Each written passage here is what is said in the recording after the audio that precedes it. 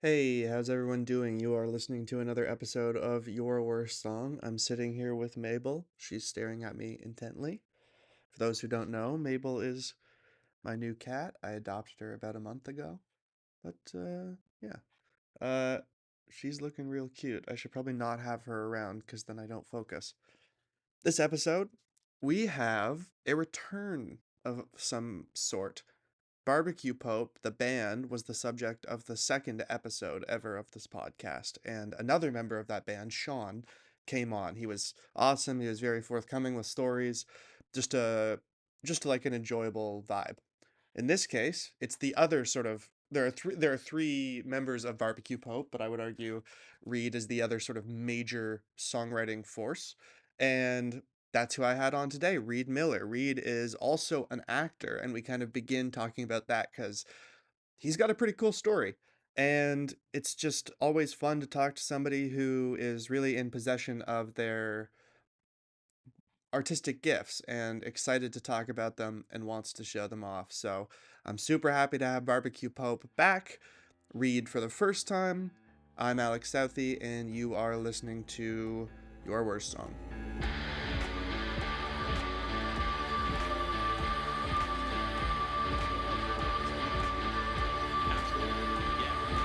Well, thank you for coming on. Obviously, actually, the first time I met you, I think, was, and it was just very much in passing. Like, I don't even know if you would remember, but it was at your Cloudage release show, maybe if not last year, the year before, near the very end of at the Yeah, Burdock. It was the Burdock.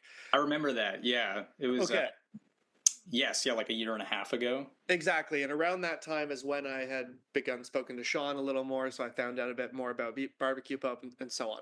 So anyway, to get in, I want to come in. I want to come into your music from not music, basically. So basically, I'm setting this up to say I knew Sean a bit better, but I admired you. I saw the show and was like, that's dope. I listened to Barbecue Pope and that was awesome. And I was like, okay, this guy is, I admire their, not just the choices they've made musically, but whatever. So that's someone to follow in the local scene or whatever. And then out of nowhere, I see that you have this small role on The Boys and you're doing acting and stuff like that. Yeah. And I wanted to get into that, and I'm sure you've been asked about it a lot. And I don't even just mean The Boys; I mean your acting. And hmm so, and before I was, this was all leading to this. Before I kind of like to just proceed in the interview based on what I've gathered, just being part of the scene or whatever. But I've started to occasionally be like, okay, let me Google them, see what comes up, just out of curiosity for what's somebody else's perspective going to be coming to Reid if they don't know them and they just look them up on Google. And it only says actor. Oh, really? It only says actor. And so I wanted to use that as a jumping off point, which I found so interesting because to me, you were like acting on the side, music is your main thing. But am I incorrect about that? And how did they come apart? How did they come about? The acting side of things. Yeah, Uh, because obviously Barbecue Pope, I know a bit from the origin yeah, story that Sean said. I think it's always been fairly parallel in my life, like Okay. simultaneous. I went to in Toronto. There's a school called the Tobico School of the Arts Yeah. that I went to as a teenager, and I was a drama major there. So that was kind of my entry point into acting. And I just, yeah, found some success with it as a teenager, like really just in the context of my school. Like, Sure. I got to be part of some of the main stage productions at ESA, which was pretty cool, and get exposed to like, kind of wide variety of different acting techniques, as a teenager. And then I went to York and was part of the acting conservatory that their theater department offers. Hmm. I don't think the program actually offers it anymore. I think my class or the year after me were the final graduating class for that stream. They've That's like, always a weird feeling, isn't it? yeah, it's like I have a degree for a program that doesn't exist anymore. But Yeah. I think they've kind of reshaped it. Like there was a performance creation stream that you could also be part of, and I think they've kind of molded the two into like Okay. one thing. Gotcha. Um, but yeah, so that's what I went on to study. I never had the impulse to study music for some reason. I think I was kind of intimidated by it, whereas all of my friends in the scene did do that. So, um, Wow. In the acting scene, you mean? no, I mean in the music In scene. the music scene? Oh, they studied music, but they. Oh, I see. I see. Yes, yes, Yeah, yes. like all of my close friends, because as a teenager, also fell into the music scene, and BBQ Pope started when I was in high school. Yeah. Um, so yeah, it was just kind of something I was always doing at the same time. And then, yeah, managed to get an agent when I graduated, and I was auditioning for things. I'd done some local theater stuff, but hadn't really broken into film or television yet. And yeah, auditioned for The Boys really randomly. Like my agent sent it to me. I was at Sean's house for practice, oddly enough, and he helped me film it in our practice room. And yeah, just kind of got it on a whim. There was no callback or anything. Well, I have a lot of questions about all of that, obviously, but one Yeah. question you sort of skipped over it, but I think it would probably interest a lot of people who, let's say there are some people coming here who do only know you as an actor, and they're like, I want some tidbits. I think this would interest them. How did you land a agent after high school? You hear about that happening in like fucking LA or New York because they will go scout talent or they'll at shows. Is that basically what happened at this school in Toronto? There's a thing that happens in Ontario called Theatre Ontario, where Hmm. like every single graduating acting program in Canada will send its classes to Toronto for this one Oh. weekend. And the year I did it, it was at Theatre Passmarais, which is like one of the black box theaters downtown. And yeah, every single agent, like casting director, like they all just congregate in this room, and you come Wow. and do two monologues.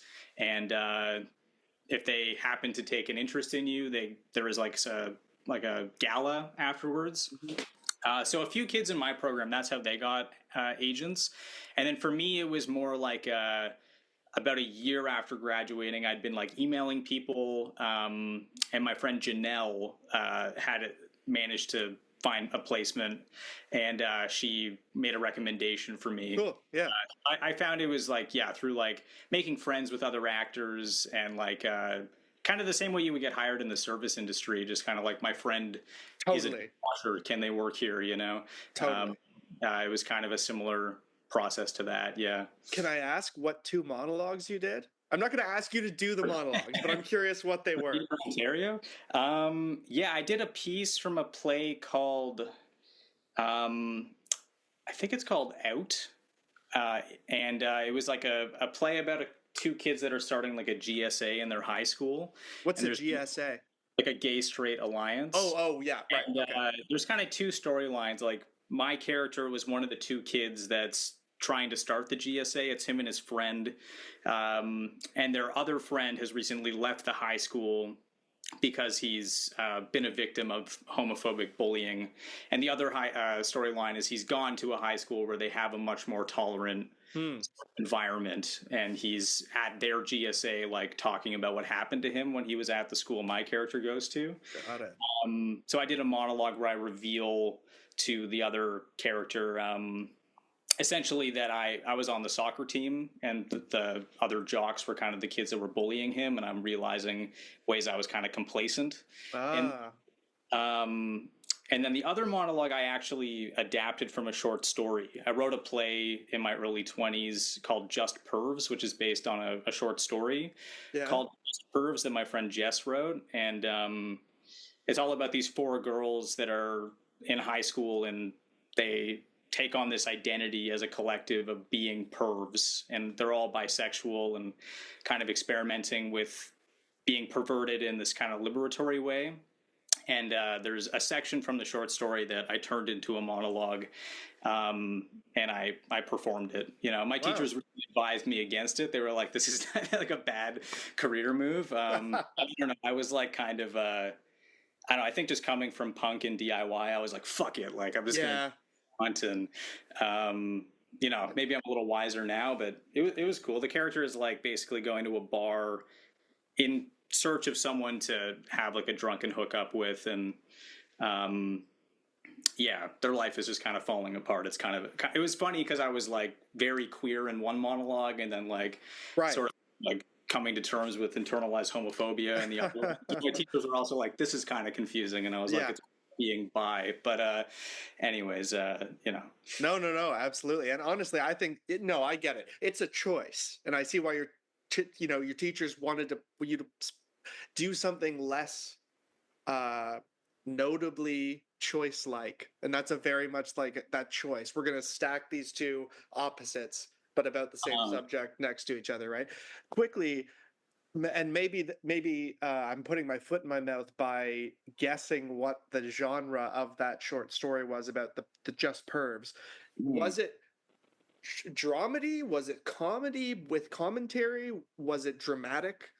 I would say it was more, yeah, like dramedy is a good word. Okay, Like, kind of, yeah, more dramatic than comedic. Like, it's kind of a tragic story, right.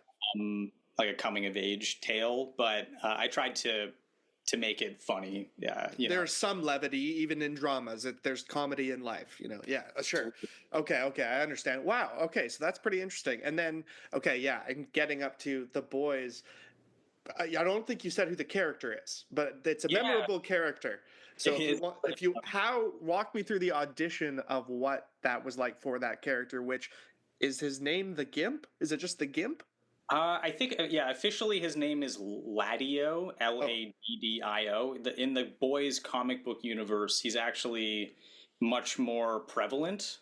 Like the right. character of Tech Knight is kind of like Captain America or like Superman or Batman, where Okay, there's kind of like a golden age of him and then like a silver age and, a more sure. modern version of him. So Ladio is kind of like Robin to Oh, interesting. like Batman, where he like there's different eras where he's hanging out with him during different. Right, just like there's different eras of like one is Batman in the classic sense we know. Then there's like the Dark Knight. He's Exactly. older, stuff like yeah. Okay, I get it. I get it. Yeah. So I guess the fans of the comic books who have been watching the show have been kind of wanting this character to make an appearance. So it was kind of like a deep cut to throw to them, but Right, you served as like the Easter egg, basically. exactly, yeah. Oh, cool, cool. And yeah, the character has no lines. Like in the episode, if you haven't seen it, like essentially there's this evil billionaire character who's one of the villains in the universe, and he brings Huey, the main character who's undercover on this mission, into this like sex dungeon, Right. uh, and they proceed to have some very uh, BDSM esque interactions. And my character is like his sex slave, who's just chained up in the corner watching the whole time. Uh, Yes. so the audition was literally like just make noises as if you're chained up and like indicate that you can like do the movement in a way that's kind of interesting. So yeah, Sean was behind the camera just yelling the lines the other characters are saying, and I was Right. just kind of like, I'm acting it out as if people can see me, but No, no, like, no. yeah, like Reid bulge. is making his eyes bigger and sort of doing it's almost turning into more of a cartoon style of moving. Yeah, It's physical comedy that you're having to do essentially.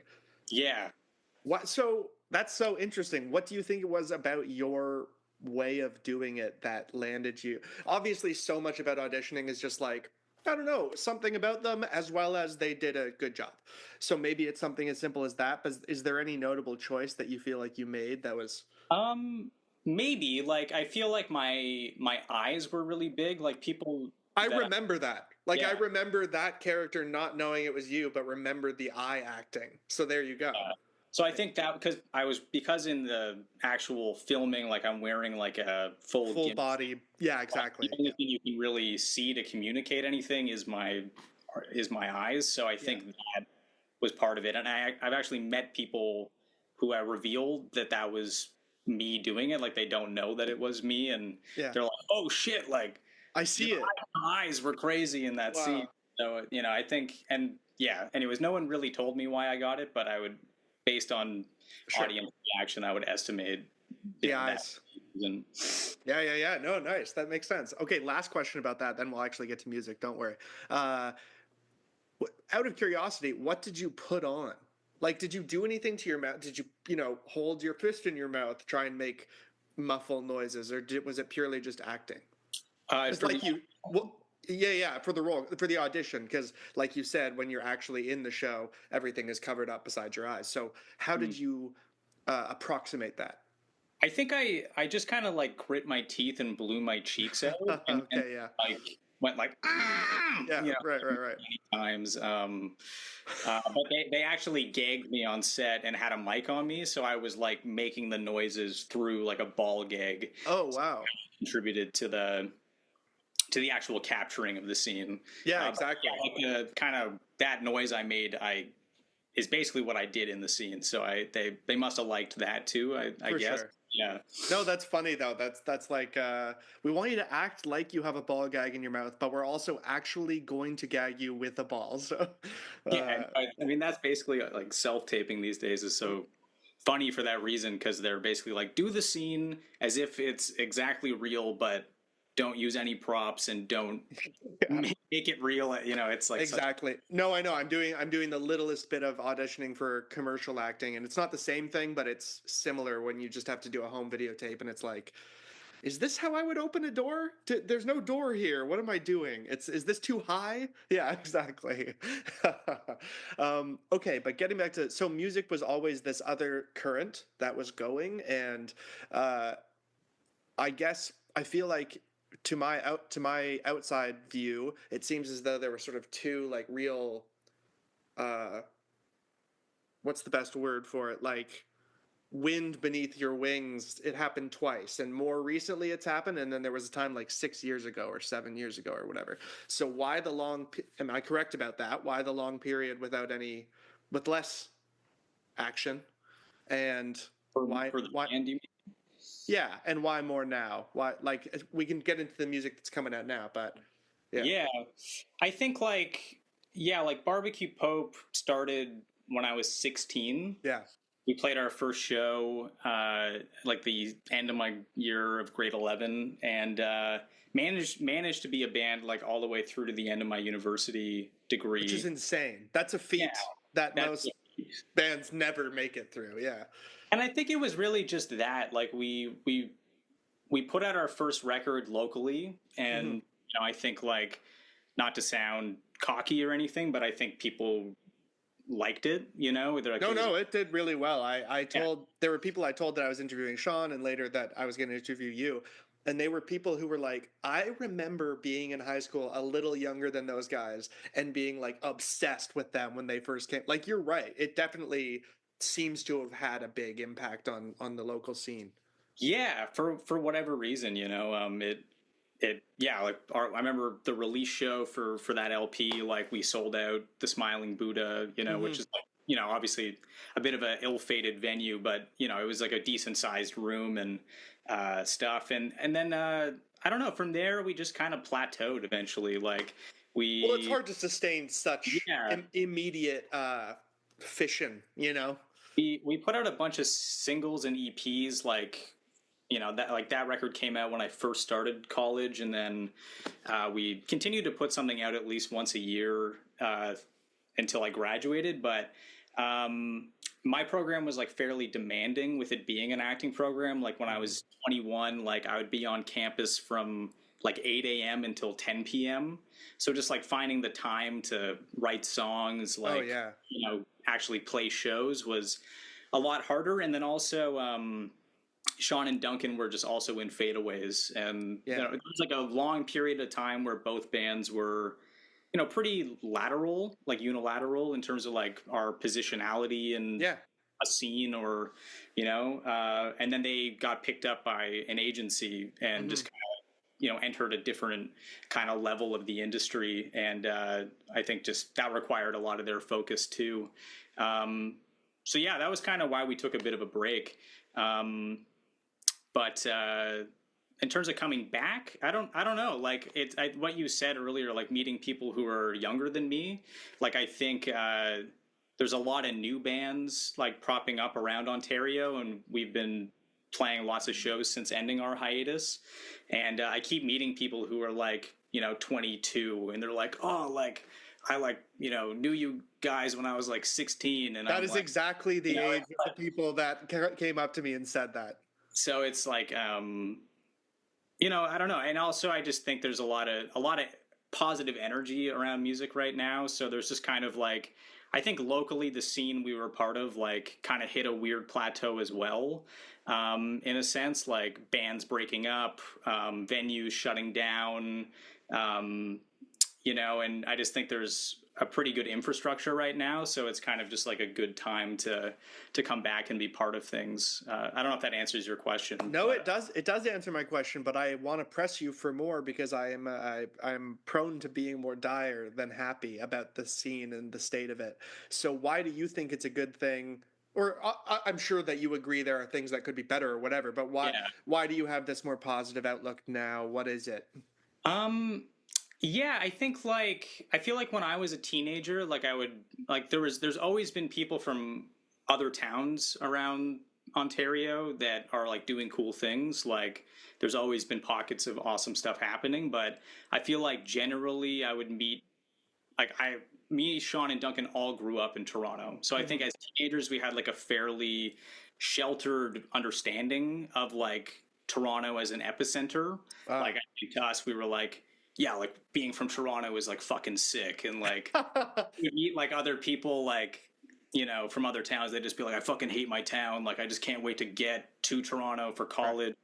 Um, and I don't know. I just feel like that attitude has kind of shifted. Like there's just a lot more interest, I feel like, in having a sense of pride in like where you're from and like making things I happen see. like, where you're from.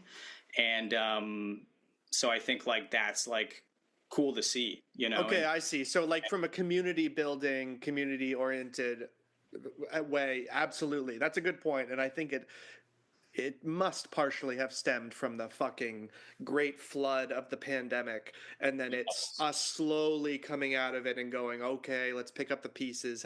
How can we make the best out of this current situation? I guess I'm more doomy about the structure of the music industry, which for is sure. funny because we're recording this the day after the Junos. I don't know if you watched the Junos, but I've seen some like reels. Yeah, I saw the No Bro.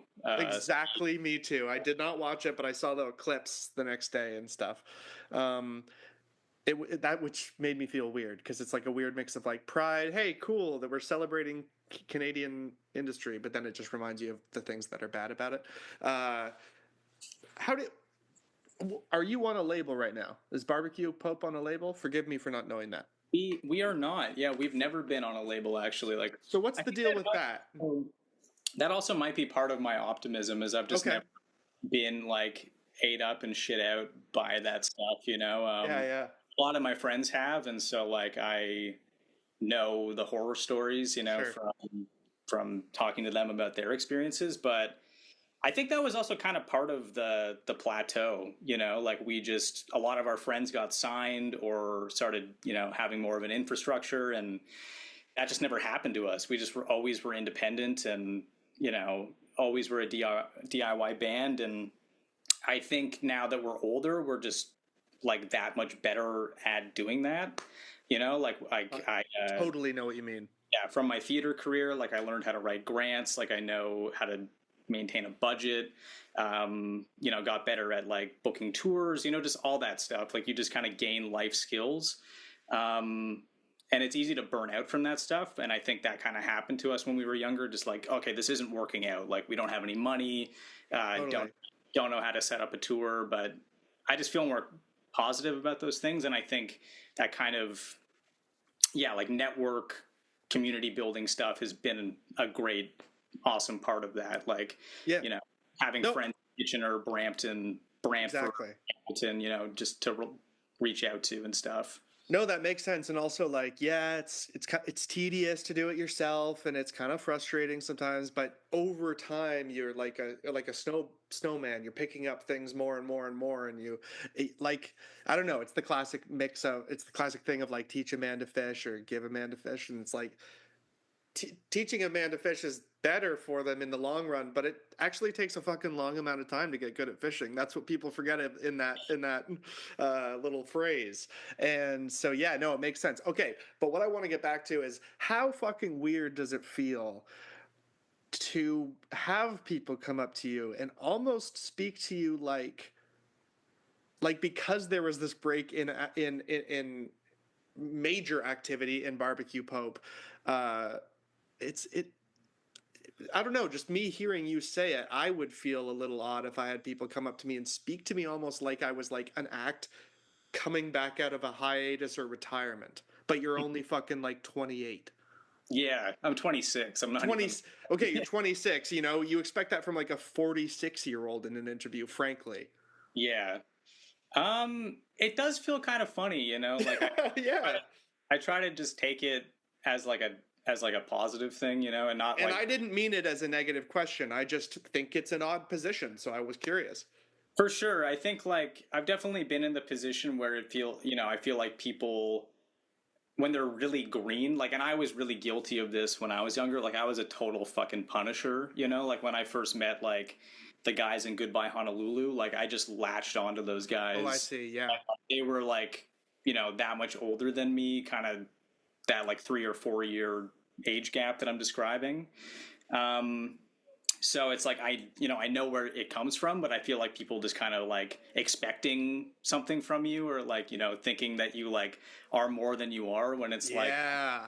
broke and I live in a 1 bedroom apartment and I'm kind of a loser. I just go to work and it's like I'm just a human, and You're on just your mom's laptop. You had to change the name. It's the life. exactly. It's Yeah, like, yeah. Totally, yeah. That's funny. Yeah, okay, so then maybe that leads me to another question that I'm just curious about. It must be odd. This is related to that. It's sort of the 1B. Uh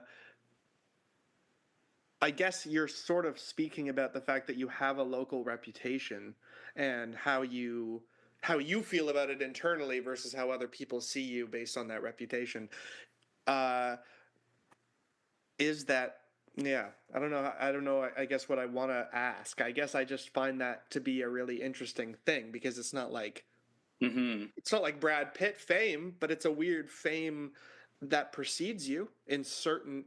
If you walk into a venue in Toronto, people might know you, right? Not everywhere, but you know what I mean. Yeah. Yeah, for sure. I mean, I don't know. I think at this point in my life, like I try to just look at it from like the perspective of being part of a community, Yeah, yeah, where it's like there's probably any given amount of people at a show that people, might look at and be like, that person is in that band, or that person is a promoter. Um, so it's like, yeah, I try to just like not really think about it too much or let it get to okay. my head. And because Yeah, and that wasn't a question about like, do you have an inflated ego? That was a question. I promise. That was a question about no hearing you speak about yourself. Clearly you don't have an inflated ego, and yet you are in this position, so how do you deal with it? And I guess your yeah, answer is try not to think about it. yeah, or just kind of like being like, that's cool, like I think Mm-hmm. the last two examples of it were like we played a show with this band called Separator, Yep, who's from yep. Toronto. And yeah, I think the bass player, like, he had come to see this music festival I used to put on when What's I the was. name of that? It was called Trapdoor Fest, Oh, cool. Okay. and I did it with a bunch of friends. Like, I wasn't the only person running it, but it happened 3 times, and he came to the very first one when he was like 14 or something. So he was just like, yeah, it's like crazy to be playing with you guys. Like, I remember seeing at this thing that, Yeah, I was, that's cool you were there. Like, yeah, that's, yeah, yeah. yeah, I'm from like Oshawa, but like I took the train downtown because it looked cool. So, I try to just be like, that's cool that you were there, Yeah. and it's cool to be playing with you. Like, it's, And it's cool they still care about it, and it's cool they want to say something nice to you, and yeah, it's you cool. We're clearly all, had an impact on them. Yeah. yeah. Yeah, okay. All right. Good. Thank you for answering a weird abstract question that has no answer. Sometimes I ask a question and I'm like, I would have an answer for what this is. That was a question where I was like, I have no fucking idea what I would say. So good for you. Thank I am curious. and we can cut this part out if you don't want to, but the music, so you sent me uh the EP you guys are working on, or a large amount of, it's like 20 minutes worth of material. Yeah, it's like half the record. Okay, it's half the record. Okay. So uh say as much as, do you want to say as much as you want? Are we allowed to talk about that? Is that Talk about it. Yeah, I was thinking okay? we've been kind of touting at shows and on social media for a while that we've been working on this Yeah. follow-up record, Yeah. which is going to be our second full length Mm-hmm. since the one we put out in 2018. And yeah, we're ready to start putting out singles now, which is exciting. We recorded the record in the summer of 2024 with our friend Dylan Franklin. Okay, cool. We now have all the singles mastered. Dylan mixed them, and our this guy Will Killingsworth, who runs this studio called Dead Air, mixed Dead Air. all the songs. I was actually gonna, yeah. I'm glad that you're talking about all this, these specifics specifically, because as soon as I started listening to what you sent me, I was like, even apart from the subject matter of the music, it sounds huge. Like, Yeah, they did a great job in making you guys sound massive, which is the way it sounds live. But so many bands have trouble translating that, right? It really like. So I talk about. sorry, you just cut out for 2 Oh, seconds. yeah, I heard that weird ghost static. Talk to me about how you met those two. Yeah, Dylan, we've just known him for years. It was Okay. really he kind of entered our orbit through fadeaways. Mm-hmm. It was I think it was Reid McMaster who first met him, I think. But Dylan plays in a band called Tallies, Yeah, who are kind of like a local shoegaze band. They've been around for a long time, and I think I've seen a show of theirs. yeah, they're really sick. And somehow those guys befriended him, and he used to run a studio uh, called Candle, Mm-hmm. which was around for a long time, and I think it still exists in some capacity. They've like switched locations like many different times, but yeah, he's just an awesome engineer, an awesome producer. So we just knew we wanted to work with him. Like BBQ Pope never had the opportunity, but Sean and Duncan had such great experiences with Mm-hmm. him, and also we know him really well, so we were just like, it'll be fun to work together. So much of that is, I mean, it's just like working at a regular workplace where it's like, if you are comfortable with your coworkers, it makes it so much better. Like, you wouldn't trade that for. All I'm trying to say is, it's actually worth having people you're comfortable with in a creative space more than the fanciest shit, right? Because the ideas will come out in a better way. Is that kind of how you felt about it? You were like, we're working with our friends. It feels, even though it's official, it feels probably very unofficial, and you're all buddies. So maybe my question leading out of that, I really got to think of questions sooner than when I begin the sentence. Uh, did that lead to creating anything in the studio? And I know time is money, aka or whatever, Yeah, all that stuff. But it was the process we had was basically like we had gotten together like every 2 weeks, kind of in the lead up to entering the studio. Um, and we've always been a very like live off the floor band in terms of writing. So we kind of just get in the room with an idea, play around with it. And yeah, we kind of got to the point where I'd say the songs I sent you were mm-hmm. like finished. And then Okay. we had like 4 songs that were like still somewhat skeletal. Yeah. So Dylan was good to be like, okay, like this isn't really working. Like, why don't we try this? Or you know, let's throw this tone on here and see if it makes a difference. Or Okay.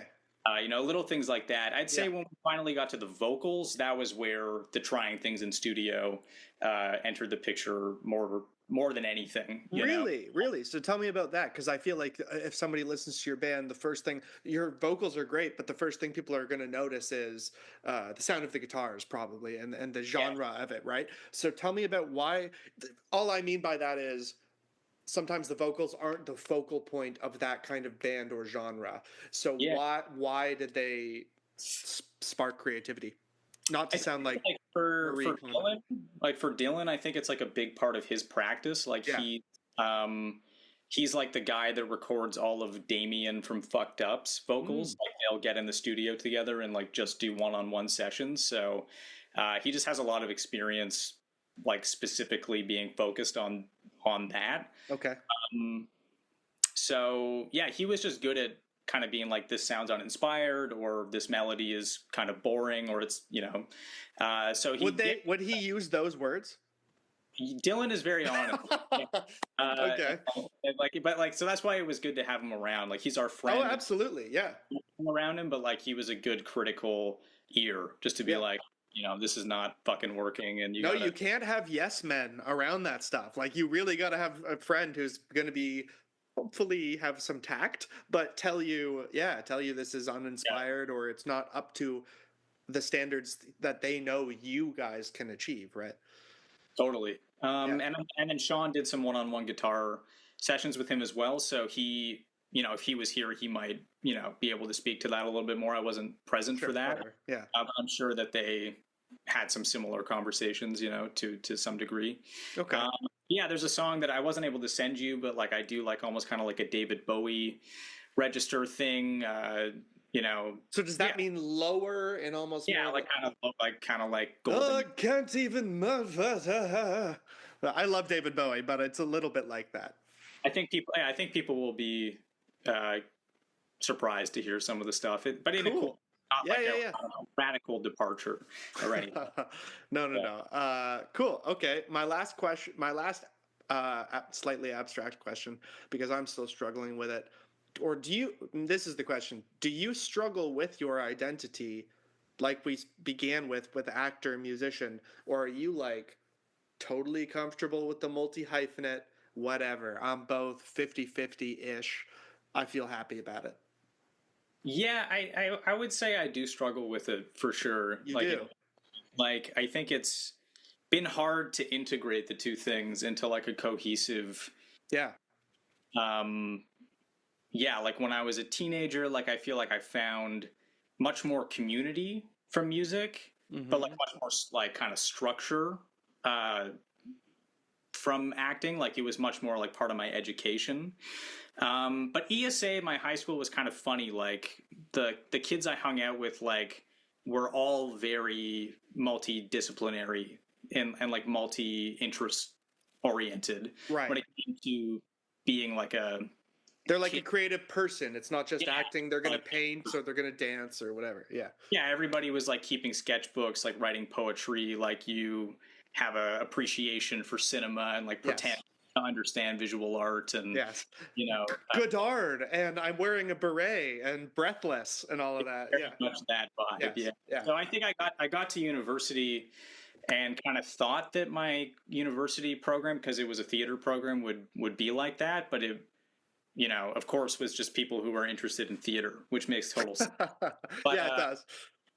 You know, that kind of threw me for a loop. So I think I kind of, was very lost, honestly, during that time of my life.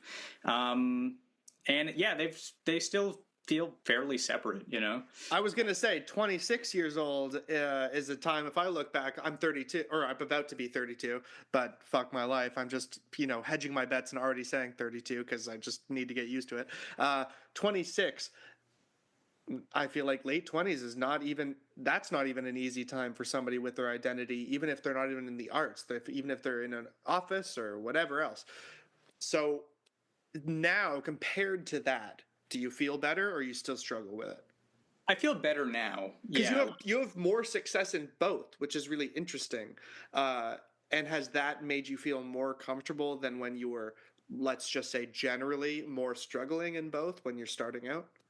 Yeah, I do feel more comfortable. Like it's, you know, it's, I appreciate that I have a bit of an infrastructure as an actor. Like I do have my agency and, you know, other friends who are actors now, like, you know, that I feel close with. I think that was the other thing, is that I always just, my like tight friends were always, music was kind of what I was bonding with people over more than acting.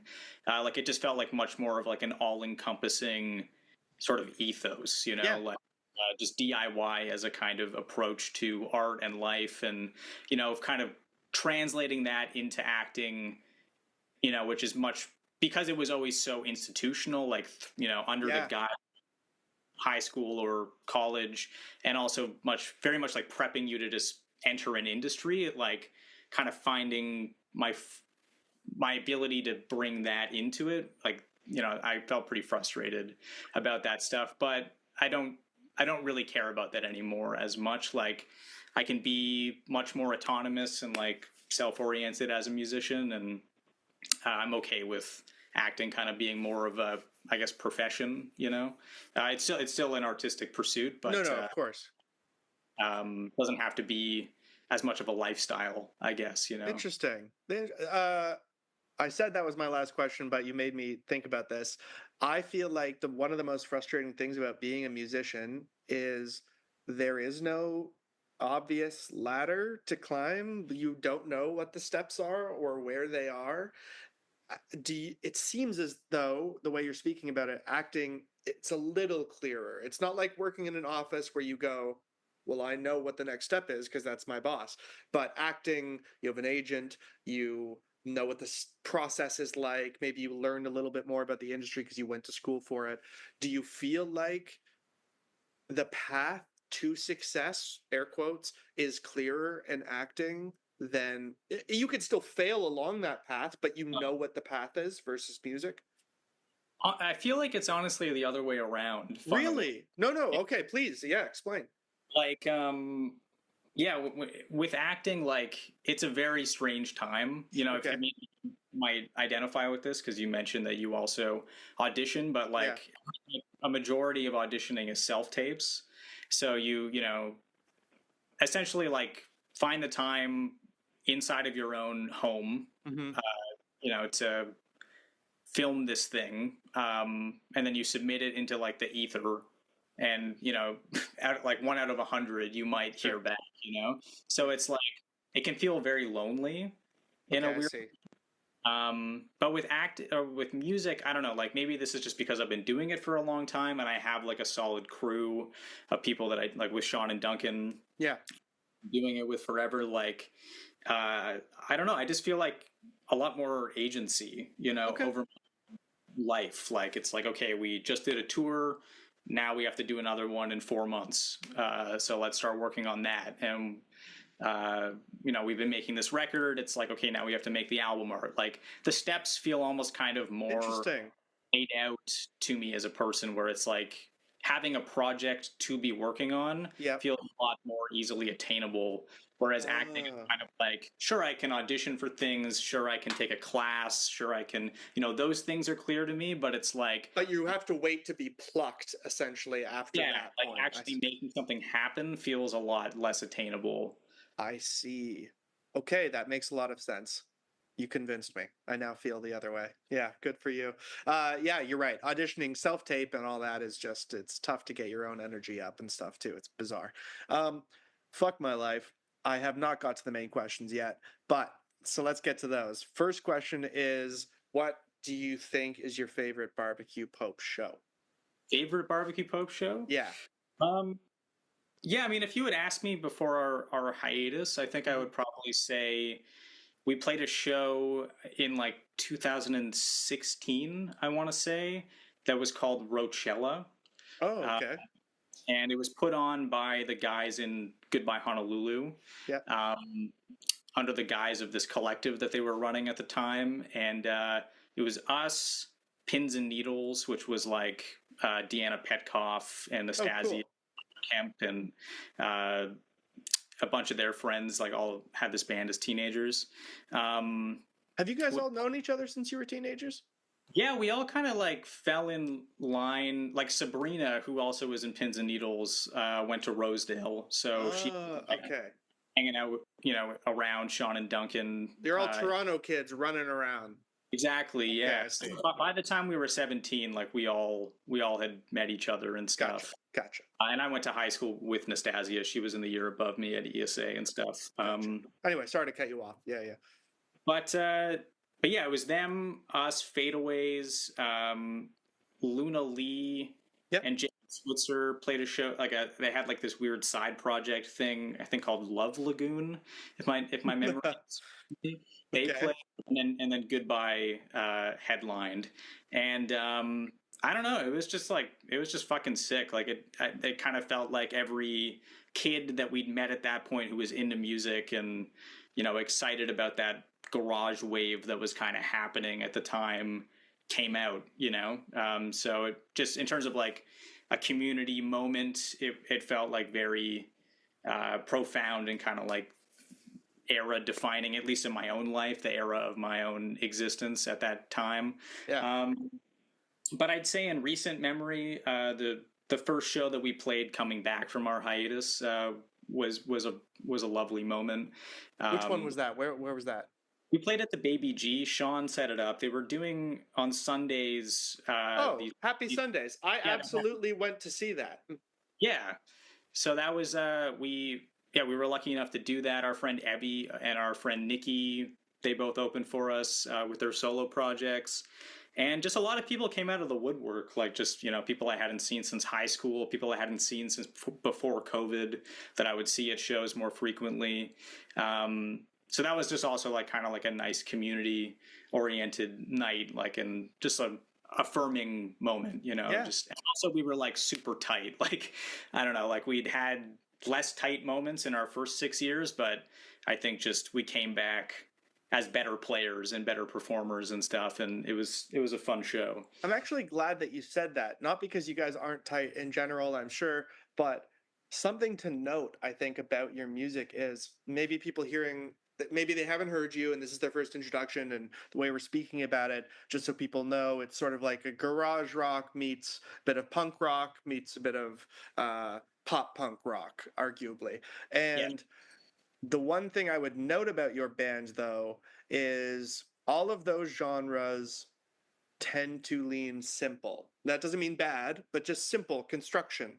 You guys, in my opinion, have really intricate rhythms, and I don't even mean time signatures necessarily, but just the interplay between your two guitars and different stuff and what you guys are playing. And just anytime I listen or see your band, it seems like you care a lot about the construction of the song and doing interesting things.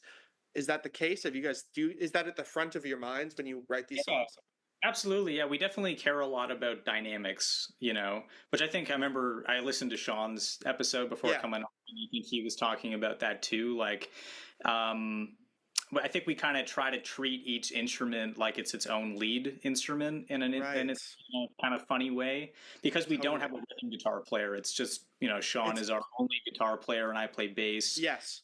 Duncan plays drums, and Duncan is a self-taught drummer. Like he is really more of a guitar player, So the fact that he's our drummer is kind of an anomaly. Oh, really? Wow, because I the drumming is so notable. The drumming is great. Yeah, and I think that comes from him being a guitar player in a lot of ways. Okay. Thinks of like little fills that are almost kind of like hooky in like a, Yes. you know. So it and also he was a bass player in Fadeaways too, so he kind of is able to bring those two things together in an interesting way as a drummer. So yeah, and also we just really like. I don't know. I like a loud chorus and then like a quieter verse. It's Yeah. like as a songwriter, that's what You I'm come drawn. from that school. Yeah, yeah, yeah. What okay, maybe this is a bit rote or expected, but what are some influences for you? Yeah, I'd say like early on when we were starting, it was like uh, the first Fiddler record, Mm-hmm. had a big Okay. impact. Um, and I'd say more lyrically than anything else. Like, not that I was like living the lifestyle that those guys are living, Okay. like meth and uh, Wait, you're not? I'm Your not. agent, you don't want your agent to hear this? You're not doing meth and Um, yeah, sorry, Melanie, I was not smoking meth. stuff? Your eyes in the boys tell a different story. Exactly. Yeah. Uh, I'm clean. Uh, but I'd say more just the way they kind of wrote almost like inside jokes, like little Okay, I see. stories about their friend group. Like that was cool to me because I feel like every young person has like those things that they share with their friends that There's like lore about your own friend group. Yes, absolutely. Yeah. so that was inspiring to me. And then as I've gotten older, I feel like I don't know. When I got into Title Fight, that I was a don't know big. title fight. They were like a hardcore band that kind of are responsible for bringing shoegaze into Oh, hardcore. Like if there's oh, that, like a lot of crossover between those two genres now, and I feel like they were one of the first bands to really bridge that gap in terms of songwriting. Um, what and era are we talking about when we talk about Title Fight? they put out a record called Floral Green in like the early 2010s. Oh, okay, okay, Put out a second record. I mean, they put out a lot of albums, but that was the record on which they did what I'm okay, describing. yeah, And they put out another record called Hyperview in like 2015, I want to okay, say, and that was even more shoegaze, like kind of post-hardcore. So I'd say Hyperview of the two records okay. had more influence on me, just because it's very bass driven, Mm-hmm. Mm-hmm. and their singer is a bass player, so it's like in Yeah, terms of playing bass and singing is challenging. I believe that. You know, so the fact that the way he was playing was sort of designed to be sung over at the same time, like, I think that was cool to me. That must be Uh, helpful because yeah, I feel like people like I don't know, people think like Geddy Lee and he's got like crazy yeah, fills and stuff while he's singing a totally different melody. And if I was a bass player while singing, I would probably try and make the bass melody exactly what I'm singing so it was or at least rhythmically similar so it's easy to follow. So what exactly did you learn from that bassist singer? I think at first I was doing what you were Okay. describing, just kind of like almost just playing rhythm guitar on Yes. bass. I was like, okay, you can, be a little bit more intricate or dynamic with the line. I mean, I'm still not that dynamic of a bass player, but it's just like ever so slightly No, no, more I get it. more nice on the string. Okay, Like, yeah. the string. Uh, okay, give me one second, and I'll be right back, and then we'll get to the next major question. All right. Sounds good, Which man. actually, I'll tell you now, and you can think about it. It's worst barbecue Pope gig.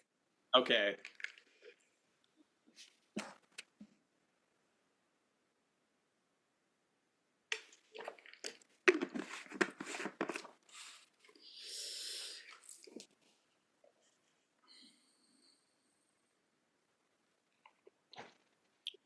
All right, sorry about that. Go for it. Worst barbecue Pope gig. So I know when Sean was on your show, he told the story of us playing in Hamilton when a woman poured a pitcher of water on his Yeah. passport out of protest Yes. because she thought that I had assaulted my friend Owen uh, Yes. during my set by nudging him with my foot. I'd say to this day that's the worst show, but in an Mm-hmm. effort to not tell the exact same story, Sure. um, there's a couple that come to mind. One that's kind of more like just kind of like unfortunate, and then one that's uh, just kind of whack. But Okay. we played in Sarnia last spring for the first time, and a couple nights before we were set to make the trip, this buddy of ours from high school was actually moving to Vancouver. Okay. It was like the week he was leaving. So Sean and Duncan both attended this going away party for him, which was like a bonfire down on Lakeshore in Toronto. They like found a pit and like just hung out down there and had some drinks. And then everyone was like biking home, and Duncan ended up accidentally hitting our friend's bike with his front wheel, and they both wiped out.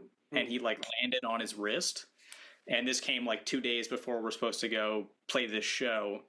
Um, so, anyways, he was icing it, and the pain had subsided and stuff. But we hadn't found a time to practice because we were playing like every week at that point. So we Mm-hmm. like weren't really practicing between shows. Um, and so we got in the car, drove to Sarnia, get to the venue. Immediately, the venue was like the nicest, like most generous group of people I've ever encountered. Canadian music, like they're like you can have as much to drink from our fridges as you want tonight, like Wow. tickets. They were like, you guys hungry? We're like, yeah. They give us menus. We get like one of everything, and they're like, don't worry about it, it's on us. Like I've never Damn. done that in my life That's wild.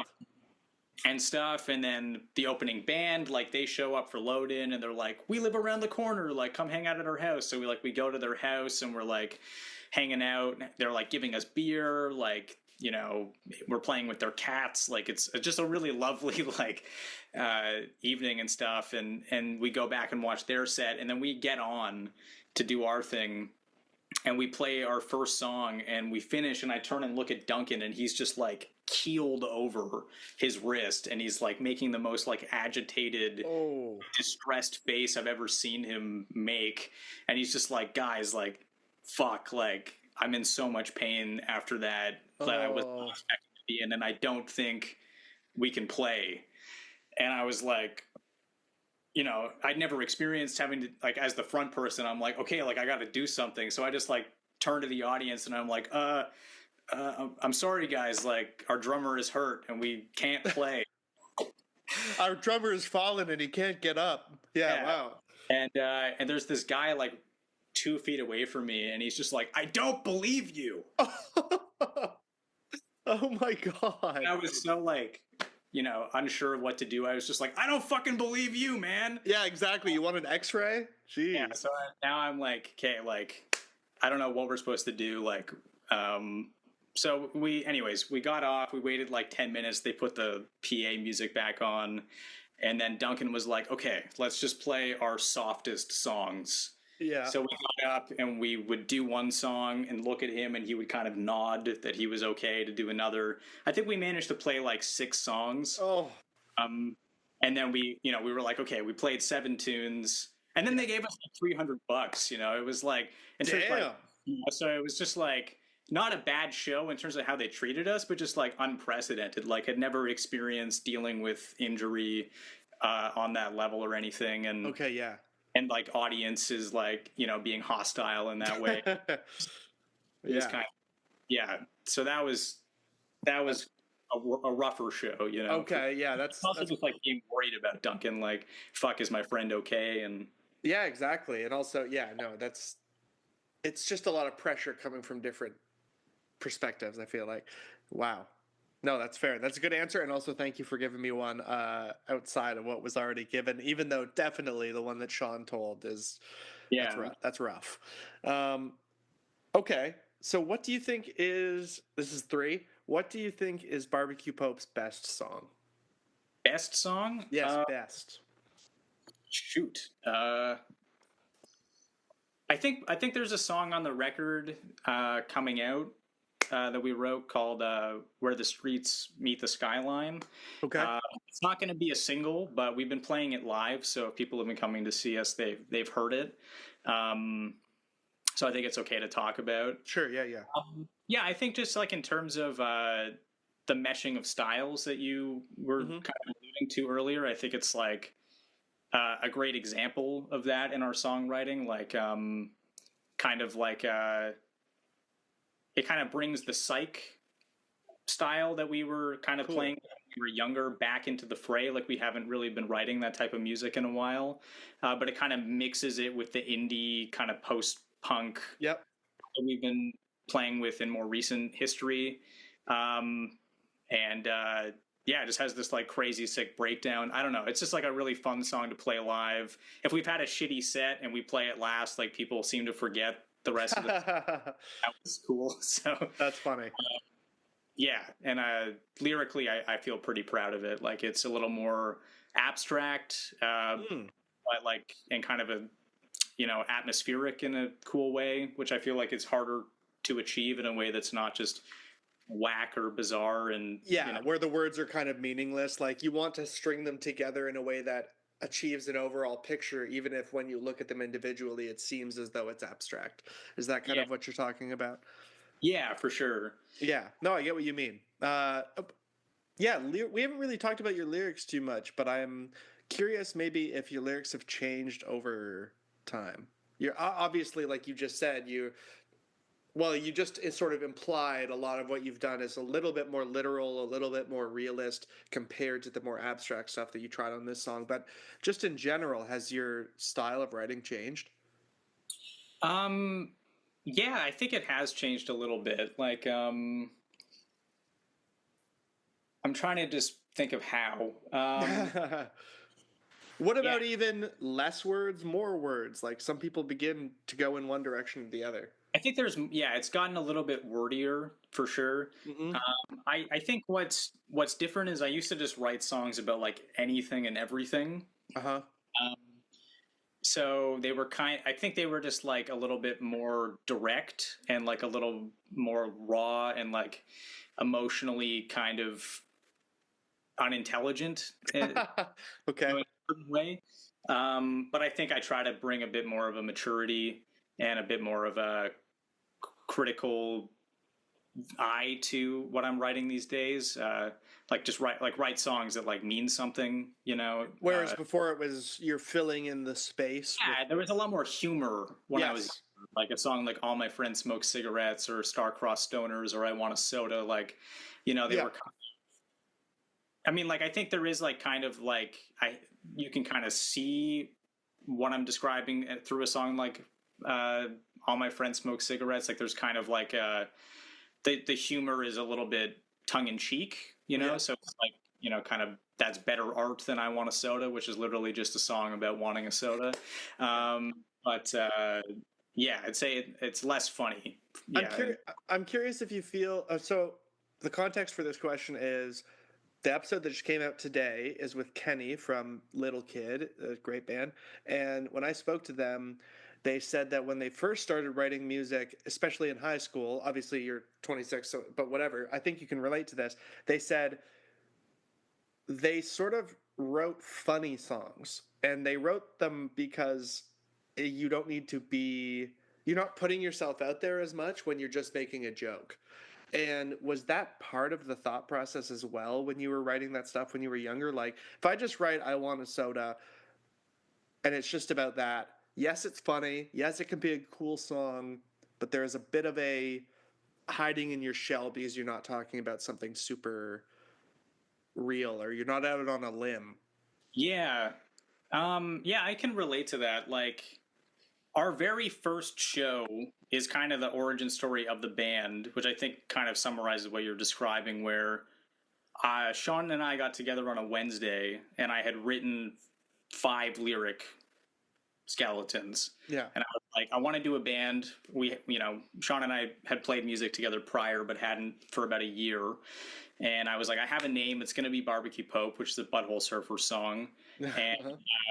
it's, you know, going to be like this band and this band. So we wrote like 5 songs in a day. Like, we really were not thinking. And then we Yeah. texted some kids and we were like, you guys are playing a show on Friday. Can we open if you like just put us on right at doors? And then they were like, okay. And then we were like, we need a drummer. So we texted Duncan and we're like, can you be our drummer? So like, Wow. we're not thinking about like anything, you Yeah. know, when we first started.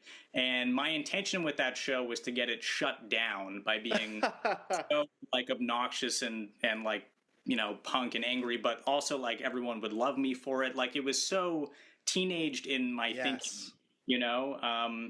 So it's like I think it like there was like a kind of sadness and a kind of more dark angst to the dumb shit I was writing, because I was writing songs about like greening out and like Okay.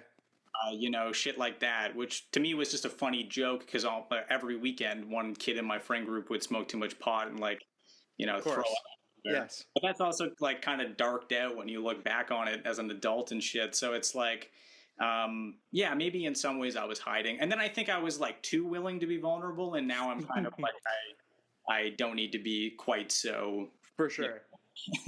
And by the way, when I say hiding, I'm not even suggesting that you knew you were hiding when you were young. It's just the way people are. They're couching their real emotions in jokes and stuff like that. Uh, okay. Well, we have arrived at the last question, my friend, and that is what you think is the worst Barbecue Pope song. Yeah. And I know that you're on to promote the new record, and I hope that you wouldn't choose a song from the new record anyway, but just to let you know, it has to be a song that we can all hear, like Look Up. Okay. Yeah. Yeah, I would say the the worst song is probably Before and After, which is on Spotify. Yeah. It's a bit of a deeper cut. We put out a cassette single in like 2019, I think, that was called Winters of My Youth. Okay. And the B-side on the cassette was called Before and After. So it's on Spotify. Some people might have it on cassette. Okay. And talking about Title Fight, that was like kind of the beginning of that influence kind of entering my songwriting. So super quick, by the way, I was wondering about this title fight. Is it title fight like boxer won a title fight? Yes. Okay, I thought at first you said tidal fight, like tsunami tidal fight. That would be kind of sick. I know. I was like, that's a really cool name, but title fight is cool too. Anyway, continue. But yeah, so it's kind of like it's a very like down picky kind of brooding song. And yeah, the main hook is me just kind of saying do do do do over and over. Okay. And also like that was a weird time for me. Like my voice was kind of changing. I didn't really know how to sing properly, so I just think like I think that it's like it's not a terrible song at a baseline, but just how we recorded it and performed it, it's not good. And the lyrics are fucking cringy. I've like it's like my first attempt to write about like dating like on a more like adult vulnerable level, like sexually or something. It's just like it's pretty Duncan always jokes about how he just has no idea how he feels about it. Like, but are you basically saying like it's a little bit like, oh, I remember when I made out for the first time? It's like that vibe that when you look back, you're like, this is somebody inexperienced making up for that. Yes, yeah, it's definitely like a 20-year-old reflecting on being having innocence and now having lost it, I guess, is kind of the storyline. I think if we wrote it now and recorded it now, I might feel differently about it. But I was just very mentally ill at the time, if I'm being honest, and it's kind of just a darker time in my life in general. So it, I don't know, it's just kind of a weirder song in my. Oh, okay. Well, we don't need to talk about why, but maybe I think it would be interesting for you to talk about, if it's okay, to talk about how you got out of the more negative period that you were in. What happened? I don't know. Like, I think, I started going to therapy, which was part of it. Okay, sure, yeah. Yeah, I've been in psychotherapy for like 5+ years now, I think. I also don't drink anymore, so I think that's also part of it. Yeah. Okay. Not that I ever really hit rock bottom with that, but I think it was just kind of reinforcing some depressive tendencies within myself. I don't know what that's like at all. No, I'm joking. I'm joking. I'm being sarcastic. So I think I'm just a bit more grounded and self-assured, and a little less self-destructive for sure. You said an interesting thing about the song, which is that if you made it now, you might feel differently. And that's a little bit different than what I normally ask, which is, would you resurrect it live and whatever? And most people say, no, at least not in the way that we wrote it at the time. But what you said makes me think about how we perceive lyrics when we're older. Like maybe now, if you put out the song from a 20-year-old's perspective, all the lyrics were the same, everything was the same, but you're 26 and the band is where they are now, you think it would be a better song just purely from the context of where you are now? Yeah, I think part of it is also was just the recording process. Like, like we did it with the guy that we recorded our first record with. Okay. Named this guy Brandon, who plays in a band called Possum, who are also from Toronto. Cool. But yeah, I'd say like in terms of like Brandon was great. He was awesome to work with, but like in terms of just us knowing what we were doing, we had no idea what we were doing at the time, Yeah. So yeah, I think just the way it's captured, my vocal delivery, what I'm trying to do, like having Dylan in the room being like, I can hear what you're trying to do, but you're not quite getting there. Those types of things weren't, being discussed in the recording process. It was kind of, I see. It's very much an example of where we were as a band. It's a record. That's what I always think of. It's a record. Yeah. Exactly. Well, thank you very much for coming on. Is there anything that I didn't get to that you want to talk about? Like, do you have any specific dates that you want to plug, or I need to be better about this? So, yeah. We have our first single from this record coming out on April 25th. Okay, cool. This will definitely be out before that. So people remember to check that out. Yeah, so that'll be hitting streaming. The song is called Pop Punk Song from 1994. And then, yeah, keep your eyes peeled for more singles dropping throughout the year. And then we're also going on tour starting that weekend. We'll be going to Sarnia again, Windsor, Hamilton, Sudbury, St. Catharines. I might be forgetting one or two places, but it's like a southwestern Ontario. Yeah, if you live in any of those towns, you can go to our Instagram. All of the information is there. We'll be touring some of those shows with our friend Keegan Powell, who I think was just on this podcast. Yep. So yeah, we're excited to be hitting the road with him. That's kind of everything BBQ Pope has going on right now. Just the record is going to come out in the future, and the singles will start coming out sooner. And yeah, we're hitting the road, so that should be fun. Out of curiosity, are those singles going to have music videos, or some of them? Yeah, we've started that process. Me and Sean have been making a video for Pop Punk Song, okay, cool. Which has been fun. And I think our plan is to make at least something visual for the other singles. Okay. Yeah. Cool. Well, yeah, what we do at the end usually is just have you reiterate your name, band name, and the name of the worst song that you chose.